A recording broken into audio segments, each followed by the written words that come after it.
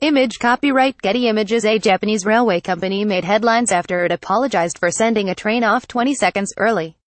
The idea of deeply apologizing for the severe inconvenience of a lost 20 seconds seemed almost alien to commuters who have to put up with much greater disruption in other countries.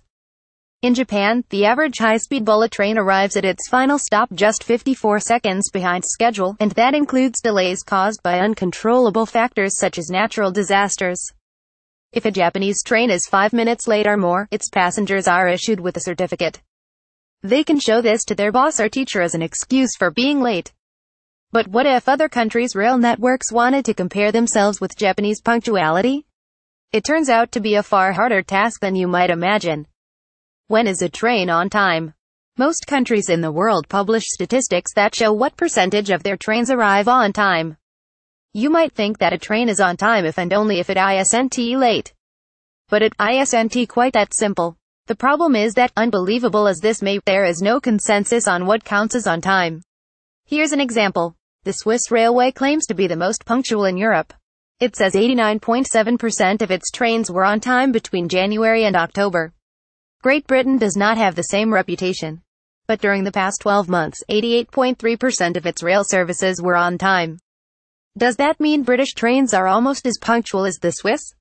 Not necessarily. Image caption: Switzerland has much a stricter threshold than the UK, France or Germany for classing trains as on time. First, the two countries have different ideas about when a train is on time. For the Swiss, a train is late if it arrives at the station more than 3 minutes after the advertised time.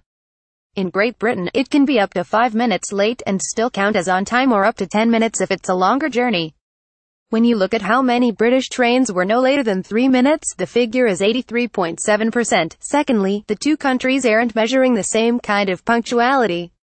In Great Britain, the regulator looks at when the train arrived at its final destination.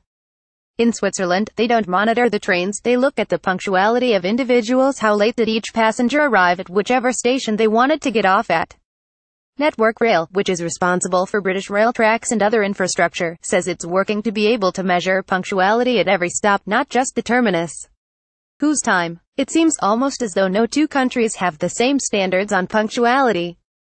A U.S. train is allowed 10 minutes leeway for journeys up to 250 miles, but that increases to 30 minutes for journeys of more than 550 miles.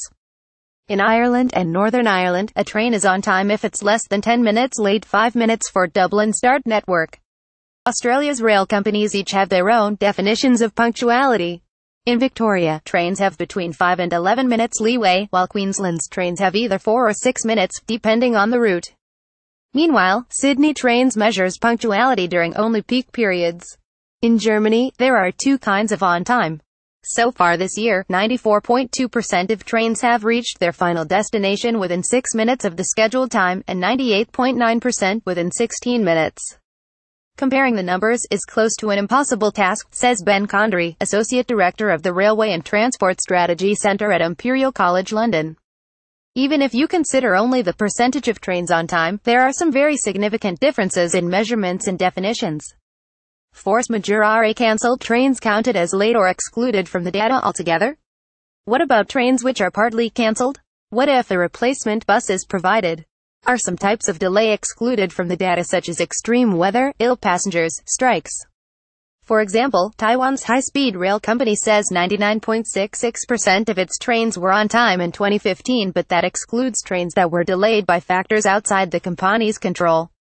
And, as Mr. Condry says, the scale of the impact of some of these factors can easily outweigh any real differences in punctuality. Image copyright Getty Images. Image caption: In 2015, 71% of Amtrak trains were on time, but some of the longer distance services could have been up to half an hour late. What else to measure? Nor should we stop at counting the trains that arrive on time.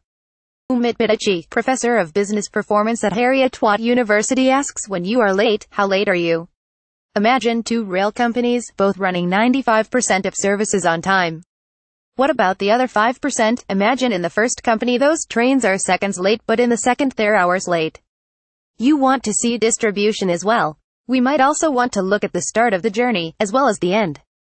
Leaving early might be problematic. You leave people stranded, but is arriving early problematic? It's not. Read more from Reality Check. Follow us on Twitter.